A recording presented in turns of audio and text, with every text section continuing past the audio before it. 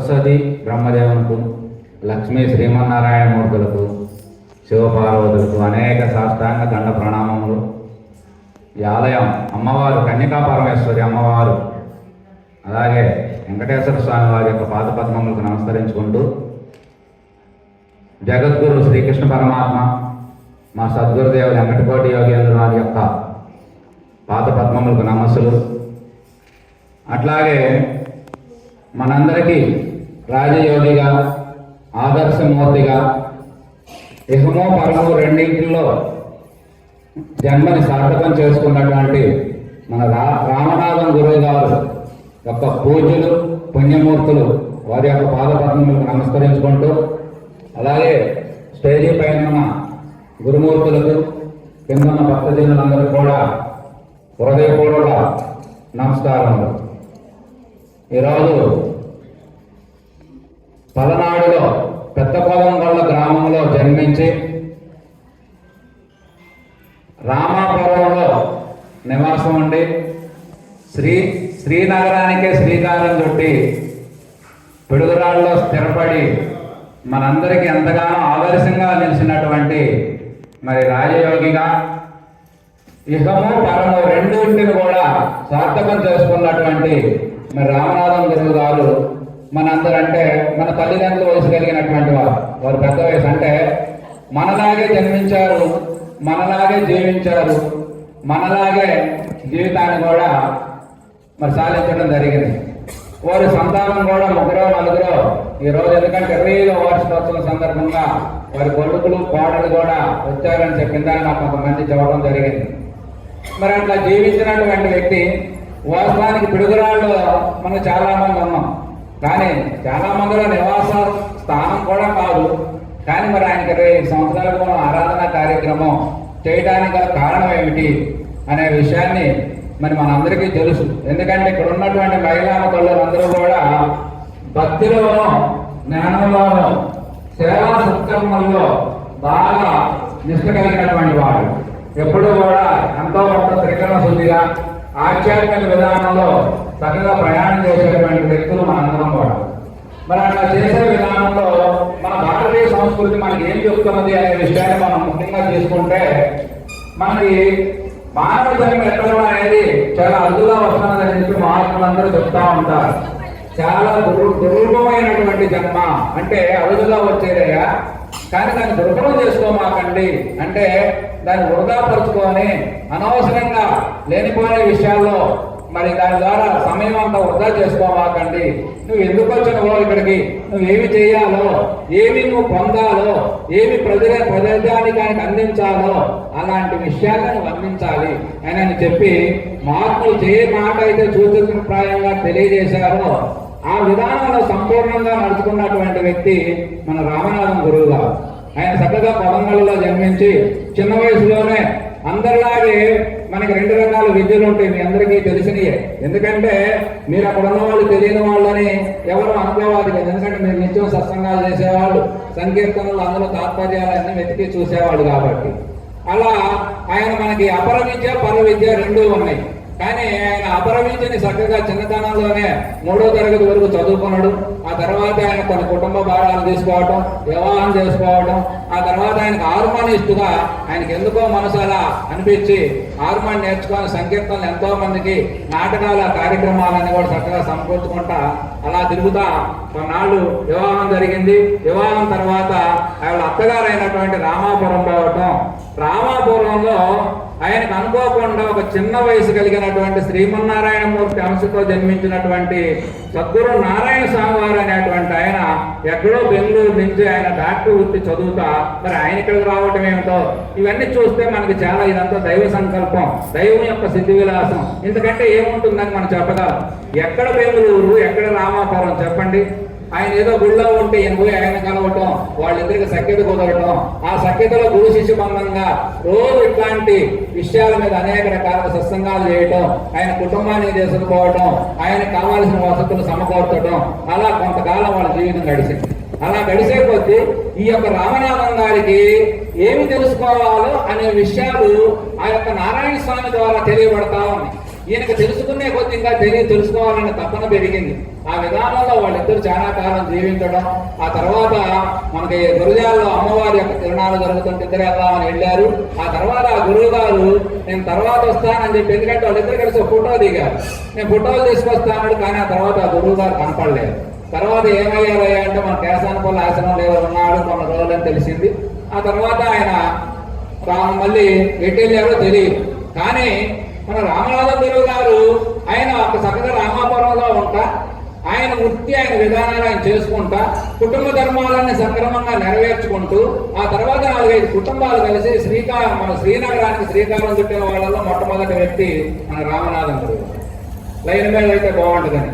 ఆ తర్వాత అక్కడంతా వాళ్ళు వ్యాపారాలు, పిల్లల వ్యాపారాల అవసరాల నిమిత్తం మనకు చక్కగా పిడుగురాళ్ళు వచ్చి వాళ్ళు స్థిరపడ్డ తర్వాత ఆయన మనందరికీ, మన అక్కలు చాలా మంది ఆయన మా భక్తులో వచ్చినప్పుడు మనకి ఎట్లా భార్యాభర్తలు దాంపత్యం ఒకళ్ళ పట్ల ఒకళ్ళు ఎట్లా అన్యోన్యంగా ఉండాలి, కుటుంబ వ్యవస్థను మనం ఎట్లా సరిదిద్దుకోవాలి, మనం ఎట్లా భక్తి విధానాన్ని మనం ఎట్లా శుద్ధమైన భక్తిని అలవాటు చేసుకోవాలి, భక్తిలో ఉన్నటువంటి జ్ఞానతత్వాన్ని ఎట్లా అలవాటు చేసుకోవాలి, ఇవన్నీ మాకు మార్గదర్శకులుగా, మాకు తల్లిదండ్రులుగా ఎంతో ప్రేమపూర్వకంగా ఆయన మాకు ఎన్నట్టు ఉండి మా ఇళ్లకు వచ్చి కూర్చొని వాళ్ళు చెప్పేవారు. మేము లేస్తే ఆయనతో కలిసి సాంగత్యం చేశామని చెప్పి మన ఆశ్రమం తరఫున ఒక 20 మంది పైన మనం ఎప్పుడు మాట్లాడుకుంటే వింటా ఉంటాం.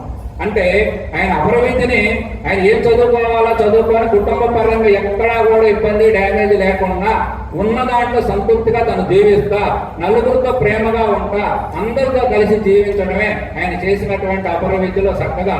ఎంతవరకు ఉండాలి అంతవరకు. ఆయన పెద్ద కోటేశ్వరుడు ఏం కాదు, సామాన్య మానవుడుగానే సామాన్యంగానే జీవించిండు. కానీ దానితో పాటు పరవిద్య అనేటువంటి, మన పరవిద్య అంటే ఇదే పరవిద్య, ఆత్మవిద్య, బ్రహ్మ విద్య, ఈ విద్యలన్నింటినీ కలిపి పేరే ఆత్మవిద్య. ఈ యొక్క ఆత్మవిద్యను కూడా ఆయన అభ్యసించడం, అందులో వచ్చినటువంటి జ్ఞానాన్ని 10 మందికి పంచి పెడతా, మళ్ళీ ఆయన ఖాళీగా సమయం అంతా కూడా రచనలు చేసుకునేవారు. ఎప్పుడు ఈ రోజు మీరు పాడుతున్నటువంటి తత్వాలన్నీ 153 తత్వాలు చక్కగా శంకరాచార్యులు రాసిన 153 తత్వాలు ఆయన గ్రంథాలు, అట్లా 153 తత్వాలను రచించి అందులో మన భగవద్గీత గురించి రాస్తే, నేను బాగా లోతుగా ఏమిటని చూస్తే భగవద్గీత అనేది దాని గురించి ఎంతో గొప్పగా ఆయన పాట రూపంలో పాడితే బాగా మనసు పత్తుకుంటుంది, అర్థమవుతుందని చెప్పి అట్లా ఆ యొక్క తాత్విక కోణంతో కూడా ఆలోచించి ఆయన తనను తాను ఎప్పుడు ఆనందంగా ఉంటా, ఇతరులకు కూడా మంచి విషయాన్ని బోధిస్తా, చక్కగా జీవితాన్ని సార్థకం చేసుకున్నాడు. సాఫల్యం కూడా చెందింది. సార్థకం ఎప్పుడవుతుందంటే మన వ్యక్తిగత జీవితం ఉన్నంతలో సంతృప్తిగా సంతోషంగా బ్రతుకుతా, మనకు వచ్చినటువంటి భార్య పాత్ర భర్త పాత్ర పూర్తి చేసుకొని చక్కగా మనందరికీ తెలుసు ప్రభుత్వం వారు కొంతమంది బాగా పుణ్య దంపతుల కంటే బాగా ఆనందంగా జీవించి కుటుంబం 100% సక్సెస్ అయినటువంటి వాళ్ళకి మనకి పురస్కారాలు ఇస్తా ఉంటుంది. ఎందుకంటే సాఫల్య పురస్కారం.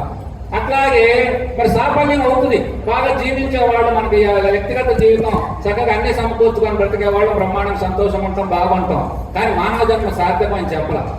మానవ జన్మ సార్థకం కావాలంటే ఏం చేయాలంటే పూర్ణమైనటువంటి ఆత్మజ్ఞానం పొందాలని చెప్పి మహాత్ములందరూ కంఠాపదంగా చెప్తా ఉన్నాం. అలాంటి ఆత్మజ్ఞానానికి ఆయన శ్రీకారం చుట్టి ఆత్మజ్ఞానం పొందడానికి కావాల్సిన పరవిద్యనంతా సమకూర్చుకొని మన భారతీయ సంస్కృతి సాంప్రదాయాలు మనకి ఏం బోధిస్తున్నాయో వాటన్నింటిని అవకాశం బట్టి ఆ రకంగా ఆయన చక్కగా కూడా తను జీవిస్తా, అందరికీ ఆదర్శంగా బోధిస్తా. ఎందుకంటే మహాత్ములు చాలా మంది మనందరికీ తెలుసు, సన్యాసం అనగానే ఆధ్యాత్మిక జీవితం అనగానే మనం తల్లులుగా ఉన్నా కూడా మన పిల్లలు ఏదైనా దేవాలయాలకు వెళ్తే ఏమైనా పూజా కార్యక్రమాల్లో పాల్గొంటుంటే ఇట్లా ఏమైనా సన్యాసం తీసుకుంటారేమని భయపడతా ఉంటాం. ఎందుకంటే మనకి సన్యాసం అనేది ఉన్నతమైనటువంటి పాత్ర. భారతదేశంలో గురుస్థానానికి మించిన స్థానం లేదు. గురువే త్రిమూర్తుల యొక్క స్వరూపం అని చెప్పేశారు. ఇప్పుడు మన శ్లోకాలు పాడుకుంటాం. అందుకే గురువుకు ఉన్నటువంటి గౌరవం మనకు కనపడే దేవుడు ఎవరైనా ఉన్నారంటే అది గురువే. కానీ అట్లాంటి గురువు అట్లాంటి గొప్పదైనప్పటికీ మనకి సన్యాసం అనే దానికి భక్తి అనే దాని చిన్నతనంలో మనం ఎందుకు భయపడుతున్నాయి అంటే ఎక్కడ పక్కదారి పోతుందో, కుటుంబ జీవనం లేకుండా పోతుందో, ఎట్లానే సరైన దిశ లేకుండా కొంతమంది అనేక రకమైనటువంటి భక్తుల్లాగే ఉంటారు. కానీ కుటుంబ విషయాలన్నింటినీ విస్మరించడం, కుటుంబ వ్యవస్థ అంతా పట్టించుకోరు సరిగ్గా. అందుకని భయపడతా ఉంటాం. కానీ ఈయన చూడండి, మనకి శ్రీకృష్ణ పరమాత్మ, బ్రహ్మం గారు, సప్త ఋషులు వీళ్ళందరూ మనకు ఆదర్శం. ఎందుకంటే మనందరం కూడా రాజయోగం అంటే గృహస్థంలో ఉంట గృహస్థాశ్రమాన్ని చక్కగా నిర్వర్తిస్తూ సమాజాన్ని కూడా మనమే పోషిస్తూ సమాజంలో ఎట్లా జీవించాలో మనకు జీవించి తరించి ఒక అర్థం లాంటి వాడు మన రామనాథం గురువు. ఎందుకంటే ఆయన అర్థం మీ అందరికీ తెలుసు. అర్థంలో చూస్తే మనం ఎక్కడ గుట్టు పెట్టుకోవాలి, మనకి ఎక్కడన్నా ఏమన్నా లోపాలు ఉంటే సరి చేసుకోవడం ఇవన్నీ ఉంటాయి. ఇట్లాంటి మహాత్ములందరూ మనకు బ్రహ్మం గారు కావచ్చు, ఈయన కావచ్చు, ఇట్లాంటి వాళ్ళందరూ కూడా రాజయోగంలో అంటే భార్యాభర్తలు దాంపత్యంలో ఉంటా కూడా కుటుంబ విలువలను పోషిస్తా కూడా మానవుల జాతిలో మనం ఉన్నతమైనటువంటి స్థానంతో జీవిస్తా మానవ జన్మని ఎట్లా సార్థకం చేసుకోవాలో అలా చేసుకున్నటువంటి వ్యక్తి మన రామనాథం గురువు. ఏ గురువు గారైనా అందుకనే వీళ్ళు మనకి ఆదర్శం. ఎందుకంటే మనం కొంతమంది చెబుతారు, ఇప్పుడు ఒక సన్యాసం తీసుకుని ఆయన వచ్చి చెప్పిండు అనుకోండి, ఆయన సంసారంలో ఉన్నటువంటి మాధుర్యం తెలియదు, సంసారంలో ఉన్నటువంటి కష్టాలు ఒడిదుడుకులు తెలియదు. కానీ అలాంటి అర్థం కావటం కోసమే మనకి మహాత్ములు కొంతమంది ఇట్లా ఈ మధ్యకాలంలో వచ్చిన వాళ్ళలో ఇట్లాంటి వాళ్ళు సహజ విధానం అంటే అదేదో పెద్ద గొప్పగా కాదు, చాలా సహజంగానే వాళ్ళు అన్ని వ్యవహారాలని సమకూర్చుకుంటా ఇట్లా మనకి ఏ జ్ఞానం పొందాలో ఆ జ్ఞానాన్ని పూర్ణంగా పొంది ఎప్పుడు ఇతరుని బాధ పెట్టకుండా తను బాధపడకుండా ఎప్పుడు సంతోషంగా ఉంటూ జీవితాన్ని నిలబుచ్చుకొని చతుర్విధ పురుషార్థాలని చక్కగా అర్థం చేసుకొని ఆచరించి ధరించినటువంటి మహాత్ములు. ఎందుకు మనకు రామాయణం తీసుకోండి, భారతం తీసుకోండి, ఏ గ్రంథాలు తీసుకున్నా చిట్టశివరిలో చెప్పే మాట ఏమిటంటే చతుర్వేద పురుషార్థాన్ని సాధించడమే దాని యొక్క ముఖ్య ఉద్దేశం. అంటే ఏమిటి? ధర్మంగా జీవించాలి, అర్థకామాలను అర్జించాలి. అంటే నీకు ధనం వద్దు, డబ్బులు వద్దు, అబ్బాయి ఏమి వద్దని చెప్పాలి చేస్తున్నది ఎవట్లా. మనం మిడిమిడి జ్ఞానంతో అది అవసరం లేదేమి ఇది అవసరం లేదేమి ఏది లేకపోతే అనుకుంటాం. కానీ మన శాస్త్రాలు పూర్ణంగా చెప్పేది ఏమిటంటే అర్థం అంటే ధనం నువ్వు సంపూర్చాలి, ధర్మంగా ఉండాలి, కామం కోరికలు ధర్మంగా వాటిని పొందాలి. ఇట్లా నువ్వు చేసుకుంటా మోక్ష జ్ఞానం పొందాలి. ఈ మోక్షం అనే మాట ఎక్కడున్నది? ప్రపంచంలో ఎక్కడన్నా ఉంటుందా? ఎక్కడ ఉండదు. అది మన శాస్త్రాలు మన గురుతత్వే మనకు చెప్తా ఉన్నది. ఏమిటి మోక్ష జ్ఞానం అంటే ఈ జన్మ అనేది వచ్చింది, ఈ రావటం ఎట్లా వచ్చిందో తెలియదు, ఏదో నడియాడుతా ఉన్నది, మళ్ళీ పోతా ఉన్నది. ఈ రాకపోకలు అనేది పూర్తిగా తెలుసుకున్నటువంటి వాడు ధర్మము అంటే ధరించుట అంటే అది నీవుగా మారటం. ఇప్పుడు నేను ఒకటిగా మారా. మోక్షం అంటే ఏంటంటే విముక్తి అంటే నువ్వు ఏది కాకుండా విడిపడటం. అందుకే కృష్ణుడు తామరాల మీద నీటి కొట్టంటున్న రీతిగా నువ్వు ఏమైనా చెయ్యి, కానీ దేనికి చిక్కుపడకుండా ఎలా అంటుకోకుండా ఎలా జీవించాలని నేర్పినటువంటి వాడు మనకి జగద్గురు శ్రీకృష్ణ పరమాత్మ. అద్భుతమైనటువంటి అందుకనే నువ్వు సంసారంలో ఉండు, తామరాకు నీటి కొట్టంటున్న రీతిగా మరి ఇట్లా నీకు అనేక రకాలుగా ఎట్లా జీవించవచ్చో మహాత్ములన్నీ చేస్తూ జీవించి తరించి మనలాంటి వాళ్ళని తరింపజేయడానికి ఒక మార్గం నిర్దేశం చేసినటువంటి వాళ్ళలో ఎంతో మంది ఉన్నారు. అందులో మన రామనాథం గురువు గారు కూడా మామూలుగా అయితే ఇప్పుడు మనం ఆయనకి ఎందుకు చేయాలి ఆరాధన ఆలోచించండి మనందరం. అంటే ఆయన ఏది పొందితే ఇంకా పొందాల్సిన అవసరం లేదు అనే విధానాన్ని కుటుంబంతో పాటు ఇటు ఆధ్యాత్మిక జీవితాన్ని కూడా సంపూర్ణంగా అనుభవించి మనందరికి ఆదర్శంగా అందించండి. కాబట్టి అట్లాంటి ఆదర్శంలో మనందరం కూడా ధరించాలంటే ఇట్లాంటి వాడు మనకి మార్గదర్శకుడు. దాని ద్వారా మనం మన యొక్క విధానాన్ని మనం అలవాటు చేసుకోవాలి. మనం చక్కగా మనం కూడా ఆయనలాగా కావచ్చు. ఇదేదో ఆయన అప్పటికే సొంతం కాదు. మన శాస్త్రం ఏది కూడా మన అది అందరికీ వర్తించేది. ఒక పదం అది ఉందంటే వారి జీవన విధానం ప్రకారం మనం కూడా దాన్ని మనం చక్కగా జీవించి ధరించడానికి అది వారు ఏమయ్యారో మనం అది కావడానికి అనేది 100% మనకు అవకాశాలు. అందుకని ఇది ఒక్కడ ఆయన సంబంధించిందే కాదు.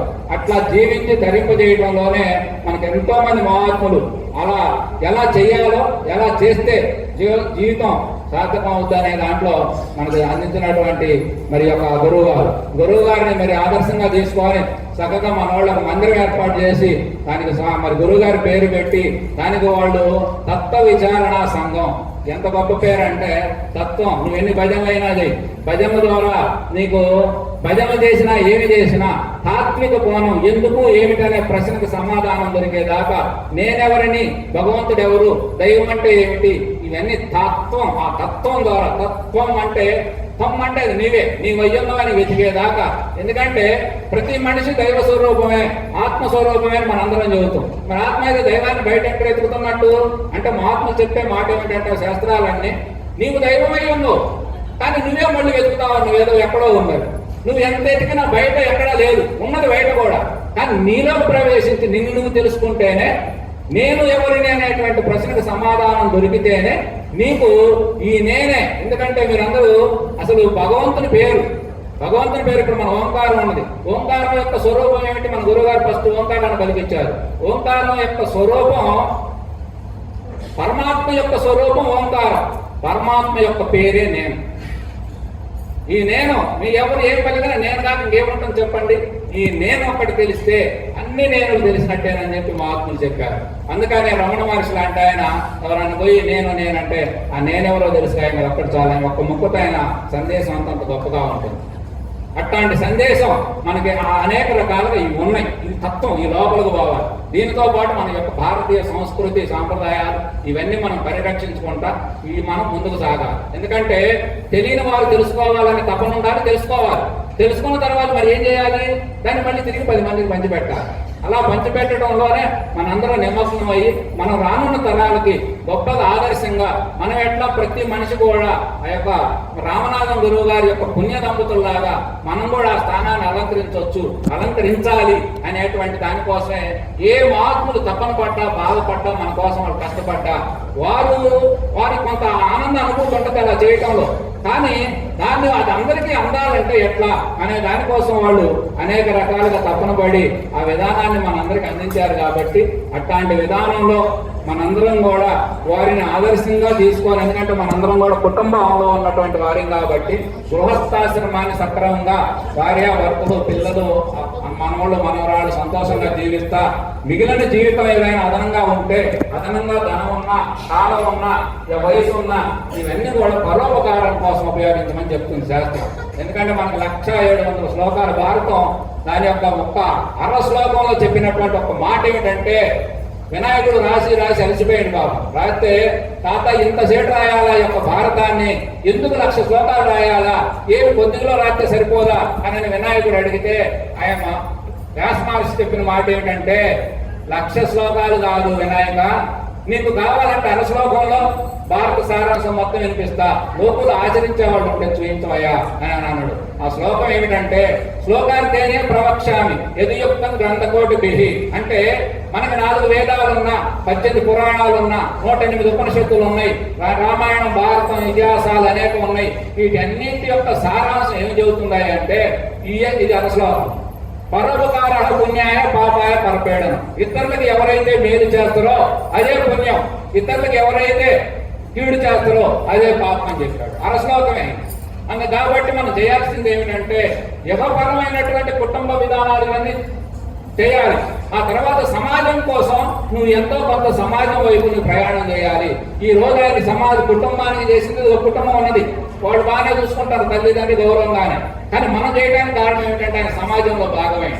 సమాజానికి నువ్వు ఏమి ఇస్తావో అది నీకు తిరిగి ఇవ్వబడుతుంది. సృష్టి నియమం, నువ్వు ఏది ఇస్తే అది తిరిగి ఇవ్వబడుతుందని చెప్పి మన శాస్త్రాలన్నీ తెలియజేస్తా ఉన్నాయి. కాబట్టి సమాజం కోసం మన వంతుగా మనం చేయగలిగింది చేసి ఆ యొక్క కీర్తిని కూడా మనందరం గడించాలని చెప్పి కోరుకుంటూ మరి యొక్క సమయం మించిపోయింది కాబట్టి ఈ అవకాశం కల్పించినటువంటి భక్తులకి, ముఖ్యంగా పెద్దలకి, రామనాథం గురువు గారికి, కన్యకా పరమేశ్వర అమ్మవారికి, సమస్త సద్గురువులందరికీ కూడా నమస్కరించుకుంటూ హరి ఓం తత్సత్ సర్వం శివార్పణం. ఇప్పటి వరకు నారాయణ స్వామి గారు సన్యాసము సన్యసించుతారు. సన్యాసి అంటే